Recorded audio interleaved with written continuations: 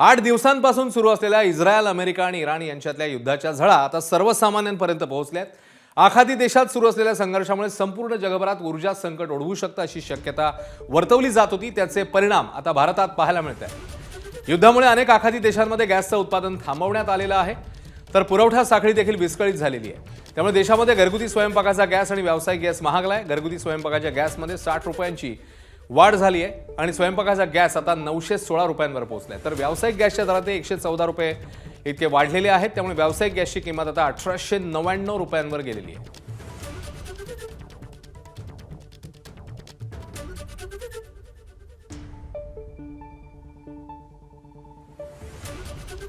दरम्यान हे नवे दर आजपासूनच लागू होत आहेत। देशामधल्या प्रमुख शहरातील घरगुती सिलेंडरचे आधीचे आणि नवे दर काय सांगतात बघूया।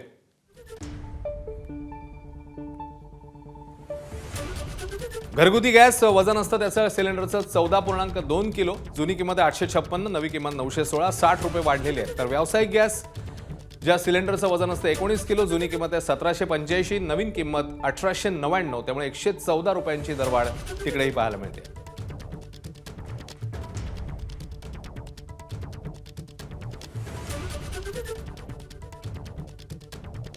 दरम्यान केंद्राकडून योग्य पद्धतीने परिस्थिती हाताळली जाते। नागरिकांनी भीती बाळगू नये असं आवाहन मुख्यमंत्री फडणवीसांनी केलंय, आपण बघूया। असं आहे की माझी माध्यमांना विनंती आहे की नागरिकांमध्ये विनाकारण भीतीचं वातावरण तयार करू नये। जे काही परिस्थिती आहे ती केंद्र सरकार हाताळते आहे, ती केंद्र सरकार सांगते आहे। विनाकारण वेगवेगळ्या बातम्या दाखवून हे घडणार ते घडणार ते घडणार असं सांगून नागरिकांच्या मनामध्ये भीती आणि संभ्रम तयार करणं हे देशाच्या आणि समाजाच्या हितात नाही। आणि काल हेच केंद्र सरकारने देखील स्पष्टपणे सांगितलेलं आहे। तिकडे नागपूरमध्ये गो गॅस पंपावर एलपीजीचा पुरवठा मर्यादित होत असल्यानं वाहनात लागणाऱ्या एलपीजीच्या किमतीत सलग दुसऱ्या दिवशी वाढ झाली आहे। एलपीजी दरात आज 5 रुपयांची वाढ झाली। अमेरिका इराण युद्धाचा फटका एलपीजी आयातीला बसतोय, त्यामुळे दरवाढ झाल्याची माहिती आहे। काल 64 रुपये 98 पैसे प्रति किलो इतका दर होता, त्यात आता 5 रुपयांची वाढ झाली, 69 रुपये 93 पैसे दर झालाय। ऑटो एलपीजीच्या किमतीत 2 दिवसात 13 रुपयांची वाढ झाली आहे। नागपूरमध्ये 1 दिवसाआड एलपीजी टँकरचा पुरवठा होतो।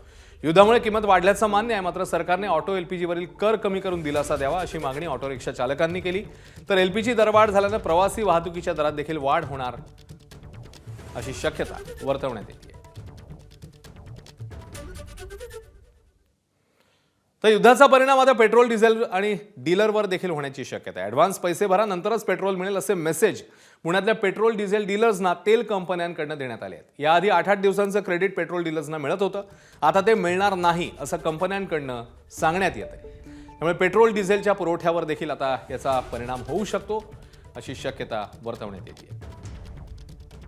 सरकारकडनं असं बहुतेक कंपन्यांना कळवलं आणि कंपनीने आम्हाला कळवलं, मी तुम्हाला वाचून दाखवतो की credit limited of all dealers has been reduced to 0 as per management decision. Hence, all dealers are requested to do advance payment for the load. म्हणजे तुम्ही ॲडव्हान्स पेमेंट दिलं तरच तुम्हाला आता पेट्रोल, डिझेल, पेट्रोलियम पदार्थ लोड मिळणार आहे। याचा अर्थ उद्या जर तुम्ही लोड पैसे घेऊन गेलात आणि ते सांगू शकतील की नाही आज लोड नाही आमच्याकडे, आम्ही तुम्हाला देऊ शकत नाही, ही परिस्थिती कदाचित उद्भवू शकते अशी शंका आम्हाला येते। दरम्यान पुण्यामध्ये कमर्शियल सिलेंडरचा तुटवडा निर्माण झाल्यामुळे स्मशानभूमीतल्या गॅस दाहिन्या बंद झाल्या आहेत। पुण्याच्या सदाशिवपेठ परिसरात असलेल्या वैकुंठ स्मशानभूमीतल्या 5 गॅस दाहिन्या बंद करण्यात आलेल्या आहेत। परिणामी गेल्या 2 दिवसापासून लाकडांवर आणि विद्युत दाहिन्यांवर अंत्यसंस्कार करण्यात येत आहेत।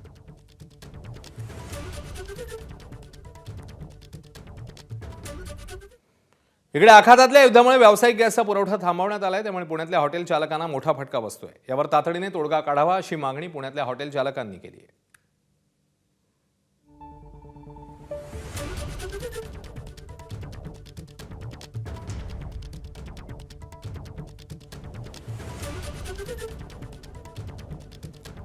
तर पुण्यापाठोपाठ नाशिकमध्ये व्यावसायिक गॅसचा पुरवठा बंद करण्यात आला, त्यामुळे व्यवसायावर परिणाम होत असल्यानं नाशिकमधल्या हॉटेल व्यावसायिकांनी सोमवारी बैठक बोलावली आहे। या बैठकीत खाद्यपदार्थांचे दर वाढवण्यासंदर्भात निर्णय होऊ शकतो। नाशिकमध्ये हॉटेल व्यावसायिकांकडून तसेच संकेत मिळत आहेत। अचानक जर सरकारने असा निर्णय घेतला असेल कमर्शियल गॅस पुरवठा बंदचा, तर त्याचा मोठा परिणाम हॉटेल व्यवसायावर होणार आहे.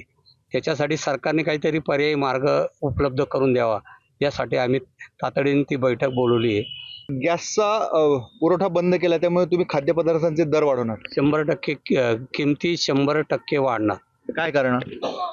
दोन गोष्टी आहे ना, एक तर इंधन वाढलं म्हणजे गॅसचा रेट वाढले, दुसरी आहे ना सरकारकडनं जे काही आता नवीन जे मार्च महिन्यात जे आम्हाला टॅक्स भरायला लागतो, फी भरायला लागते, याचे पण 15% फीमध्ये वाढ केली, वॅट 10% केला. असे सरकारने जे टॅक्स वाढवले त्याचा परिणाम सर्वसामान्य ग्राहकांवरच होणार. एबीपी माझा, उघडा डोळे बघा नीट.